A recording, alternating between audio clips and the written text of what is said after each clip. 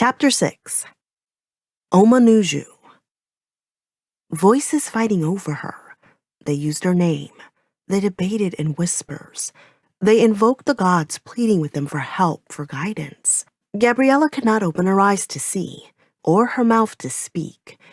But after a time, she could follow the thread of conversations and recognize some of the voices. She's uninitiated. She should have never been possessed. Perhaps it was just fever. No, she spoke with the voice of our ancestors, the dead channeled through her. Impossible. The gods have already dispersed. How could they call upon the dead? If she was possessed truly, then she should be immediately initiated. She must recover first. Please, please. A new voice, her mother's voice. She is my child. Can I see my own child? Then, closer, the soft sound of her mother speaking to her, telling her that she loved her. Her father joined too, calling her Pumpkin. Gabriella could feel his callous palm cradling her head. The other voices had not retreated completely. She could still hear them arguing. There is much dissension about what to do, even what happened. Gabriella knew the voice, even if she did not know the speaker well. It was the voice of Jacob the Elder, the high priest, master summoner, the same man who had conversed with Sade Mael. He spoke in a regular voice now, without projecting, without the elaborate words of the summoning. But his voice was none the less unmistakable, low, gravelly, firm. A man accustomed to being heard. So, was it not a fever? Her father asked. Even I think it is unlikely. That was the voice of the dead she spoke with. But why not speak through the dancers as the dead always do? Her mother asked. The dancers were all mounted by the gods. Our ancestors were missing their accustomed channels. But the gods left, her mother said, a note of desperation in her voice, as if with every word she was pleading for some explanation that would return everything back to normal. They did indeed leave, Jacob said. Gabriella could not see him, but the shame and uncertainty in his voice were unmistakable. The first full summoning in decades had ended in disaster. What do we do now? Her father asked.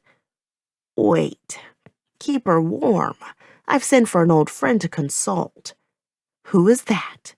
Her mother asked. Omanuju Ant. Old Man Antler, her father said, his voice ending in question. Yes, you know him.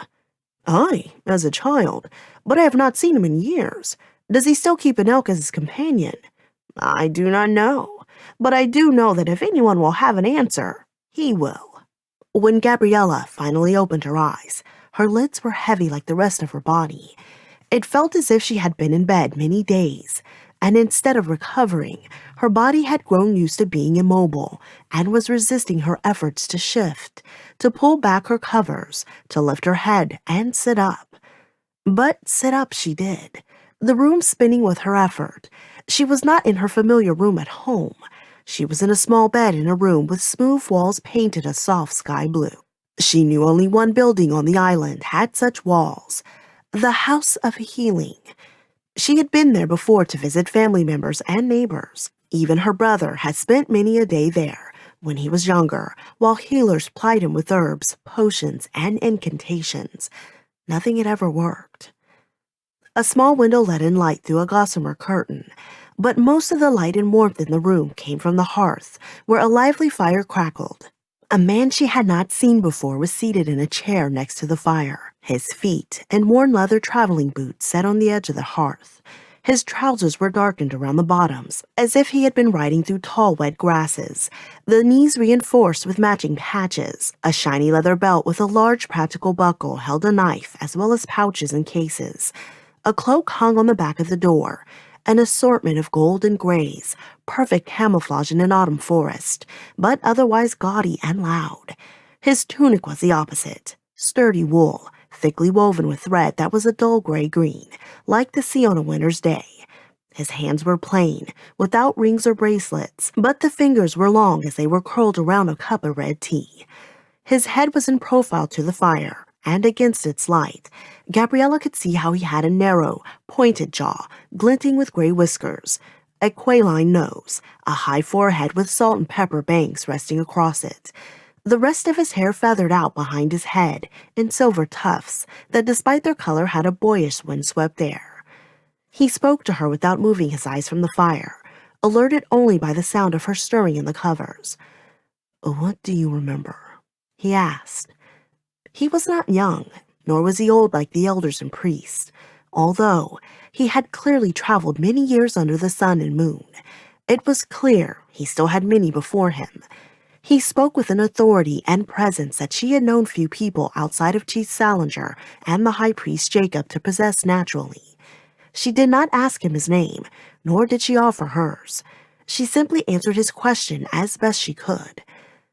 "Felt hot, then cold, so cold. I heard voices, like whispers through a well. I saw things too." "Like what?" "Nothing that made sense." "Tell me anyway." His eyes were still on the fire. "A skeleton, wearing many rings holding a chalice of gold. Vultures circling a peak, oceans that were far away. Dra—" She paused a beat before finishing. "Dragons." All the signs of a true vision. He sipped his tea. "True? What does it mean, true? That it comes from our divine ancestors or my imagination?" "Could they be one and the same?"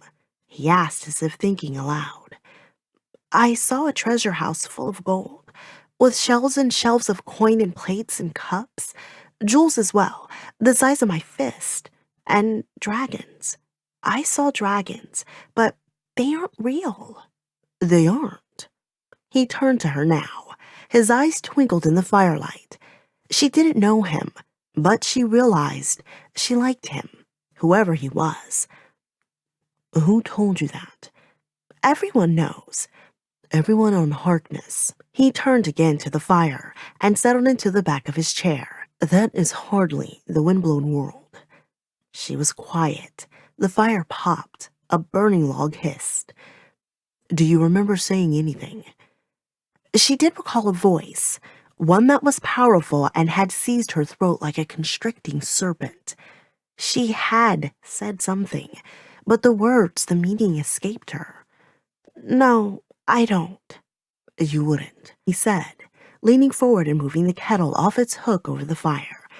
He made tea and brought her a cup, which was warm in her hands. She sipped the tea, savoring the taste of cinnamon and ginger, a special blend of the House of Healing.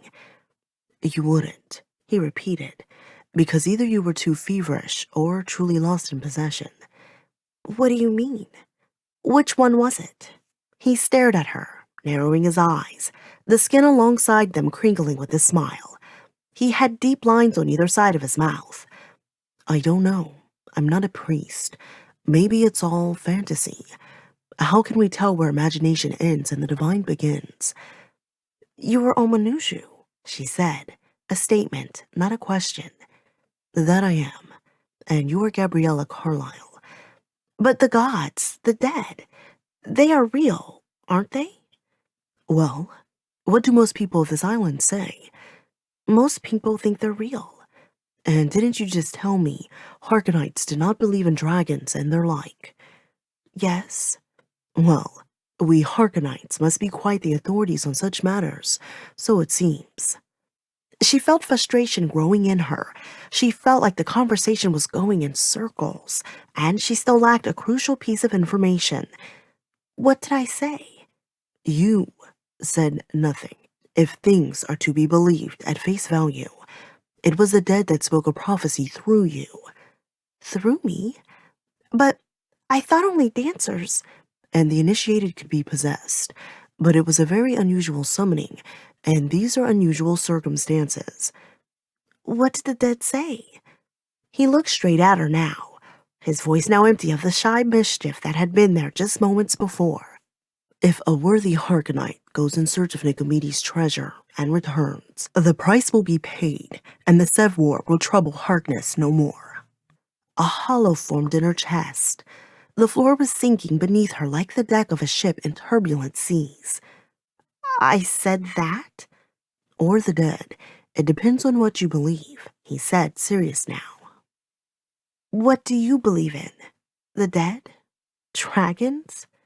Yes, I believe. Enough at least to fear them.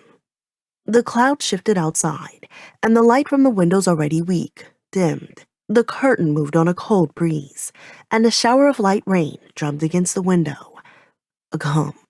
Omanuju offered his hand to help Gabriella out of bed. Her wet clothes were gone, replaced by layers of warm sleepwear.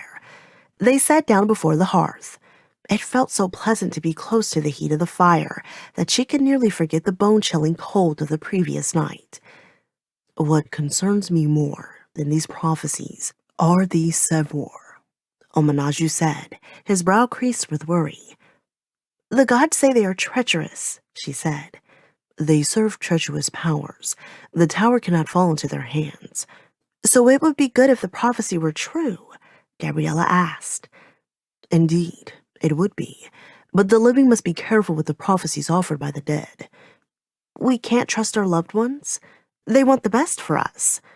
Do they? Or do the dead want the best for themselves? Offerings, devotions from the living as if they were gods, as if it were their place to stay in the world. The whirlwind from the night before briefly returned to her mind. Nothing made sense. No, that wasn't it. It was just that this man, Omanuju, had a way of questioning everything she took for granted.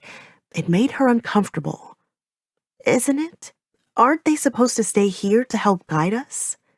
Omanuju leaned back, crossing his legs. Not for me to say, except that the dead are different in the afterlife than when living. They are more selfish. The conversation was moving in a direction too arcane and disturbing for Gabriella. She found herself wanting a response. When she could not think of one, she turned to a different subject. My father knew you. Omanuju nodded while sipping from his cup. He did know a close friend of mine and me years ago. He was silent after that, and Gabriella's mind drifted to the more practical. Can I go home now? That is a good question, he replied, his eyebrows raising. What do you want to do? Gabriella was surprised. Usually, adults told her what to do, and she honestly didn't want to go home. Could I offer to go? In search of the treasure, I mean. This will be a dangerous voyage, Gabriella. Omanuju looked directly into her eyes. Gabriella's face grew warm, but she suddenly felt inspired. She was so tired of her life, tired of being nobody. The dead thought I should give the prophecy. Maybe I am strong enough. Omanuju didn't respond, but he didn't contradict her either, so she pressed on. Who is Nicomedes? Was. A genius, an inventor and later in his life a philosopher. He lived on the eastern continent. What is his treasure doing here on Harkness? What do we need to do to find it? Omanuju smiled and poured himself some more tea. What makes you think it is on Harkness? I just thought, the dead. Her voice trailed off. She did not know why she had simply assumed the treasure was on their island, and not on another island in the archipelago. Well, I still want to go. I then. Time comes for all of us to grow up. Your time may be here. Powers are stirring, my dear Gabriella. We may face danger, conflict, enemies. We will need allies. Will you be mine? Suddenly, she did not know what to say. Maybe this was a terrible idea. After all, what had she to offer this mysterious and learned man? She wasn't sure if she was a medium or just a foolish girl with a fever. She was Gabriella Carlyle, the girl with the cursed brother. But she sensed that made no difference to Omanuju Ant.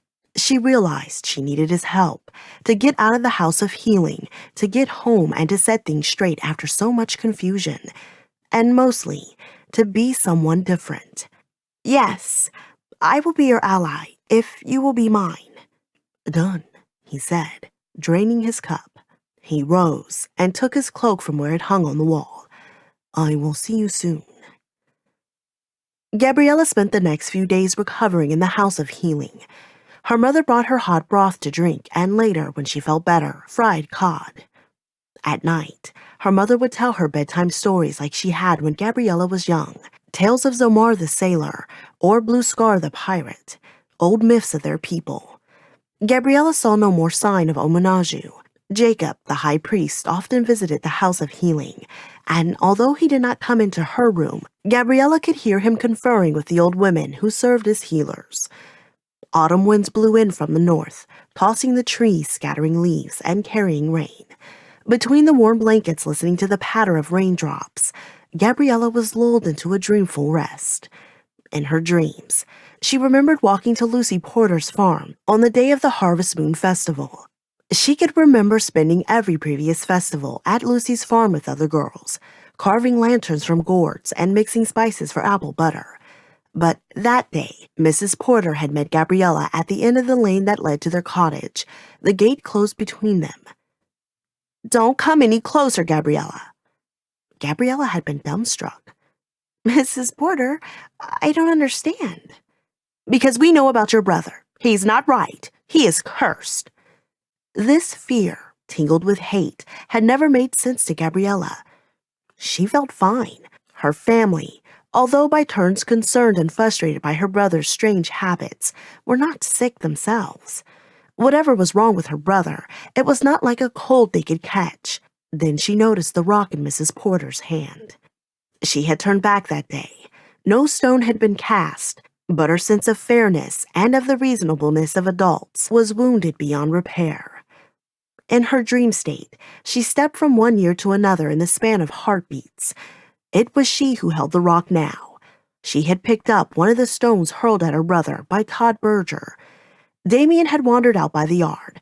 Gabriella and her parents were not as vigilant in those early days. They had not realized what an easy target Damien was for bullies. And so Todd and his twin brother Eric had used him as a target for their slingshots. This time, Gabriella retaliated and flung the rock back. By luck, or misfortune, it depended upon one's perspective. The stone struck Todd in the head, opening a red dripping crescent above his eye, leaving a scar that would last a lifetime. No longer would people confuse the twins, for she had rendered them unalike. That would teach them, she thought. But in her dream state, she still remembered her indignation when her father had told her that she should not have thrown the rock. He had made her apologize, and of all of her memories, that was the one she remembered most. Her anger towards Todd and Eric, towards her father, but most of all, towards Damien. She woke, unsure if it was her own fury that had roused her or noise. The House of Healing was a constant stir of creaks and groans as healers tended to their patients throughout all hours of the night. But this noise had been closer, the creak of a board in her very room. She was not alone. No sooner had she realized this than a hand settled over her mouth. "Sorry to startle you," Omanuju said, "but we must go." He slowly lifted his hand. The fire had died down into embers, but in the dim light she could see that he was dressed for travel, his colorful cloak over his shoulders, a satchel on his arm, and a sword at his belt. The curtain at the window billowed with a chill breeze, and she realized it was open. He must have come in that way. Despite her fears, she somehow trusted the strange man she scarcely knew. He handed her clothes, and she pulled them on over her sleepwear. She was glad for the extra layers, for once they crawled out of the window, she realized that the autumn winds had brought colder air. Her breath circled about her head in a cloud that caught the air of the moon, which was but a sliver over the harbor. They went by foot through the village, and down the harbor road. It was late enough that cottages were dark, but not so late that early risers, such as the bread bakers and the moonfishers, were out. Omanuju walked at a hurried pace, and more than a few times, Gabriella had to run to keep up with his long strides. Fortunately, she knew the paths well, for they were nearing her own home. Omanuju stopped outside their gate, reached under his cloak, and handed her an envelope. "Go inside. Move quickly and quietly. Do not wake a soul. Put this on the hearth where your parents will find it. Make haste. We have leagues to travel before sunrise." Gabriella obeyed, opening the gate forcefully, knowing that it would squeak less if moved swiftly. She tiptoed up the stairs, avoiding the middle step that always creaked, and pulled on the front door. It was locked tight.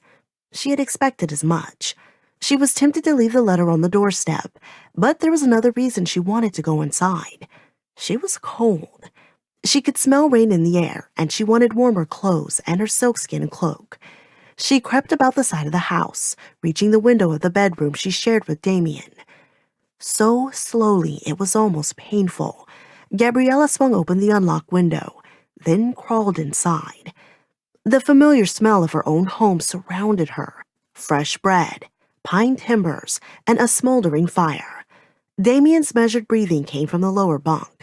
She crossed the room, fumbled about the clothes tree until she found her cloak, wrapped herself in it, then stuffed a few extra items, trousers, tunics, socks, into a leather carryall. She made her way by feel into the main room of the cottage. She could hear her father snoring.